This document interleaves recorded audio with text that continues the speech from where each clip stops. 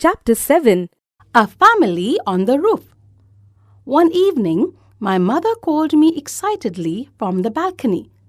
I went up and looked to where she was pointing. I saw an egg among the entwined creepers on the roof of our patio. I thought it could be a snake's egg. Sometimes we did spot snakes slithering among the bushes. But a snake's egg could not have been this big. Then it occurred to me that it could be a peahen's egg. There were many in our neighborhood. The next evening, my mother told me that she had spotted another egg. Wonderful news!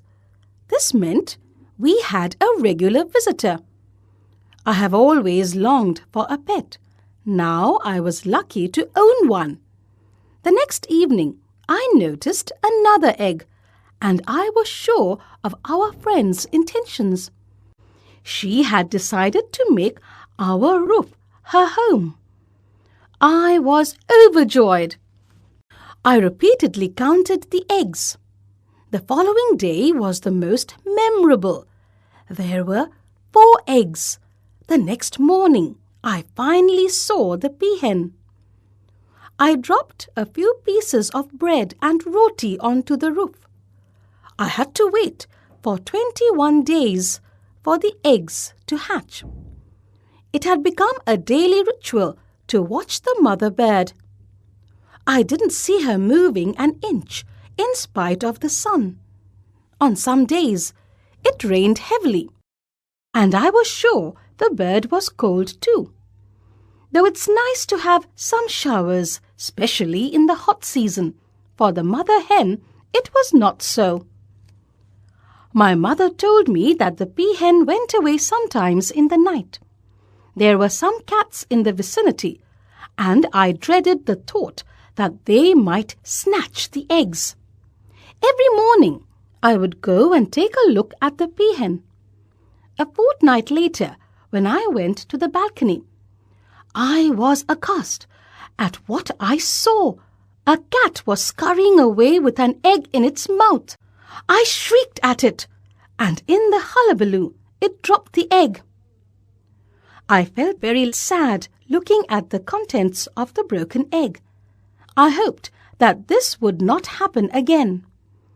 The peahen continued to visit without losing hope. One afternoon, I heard my mother calling out to me. I ran upstairs. I saw a teeny-weeny chick next to its mother. I ran in to get the camera. And just at the moment the peahen got up and another itsy-bitsy chick was there. They followed their mother, and while we were looking at them, the peahen flew from the roof onto the ground. One chick followed. I just stared at it, taking such a flight from the balcony. It was indeed not a small height for a baby chick. How would it come up again? The mother peahen flew back again and flew down once again. The other chick, which was just standing on the edge, followed. We were all looking at them, wondering how they would fly back again. The peahen walked towards the hedge and out of our house, with her chicks following her.